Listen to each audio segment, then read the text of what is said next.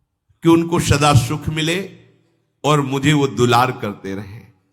मेरी विनती है श्यामा श्याम कि वो कभी मुझे ऐसा भूल न जाए कि मेरा नहीं है, वो मेरा है ऐसी स्मृति करते रहे। तिनको न छोड़ो संग चाहे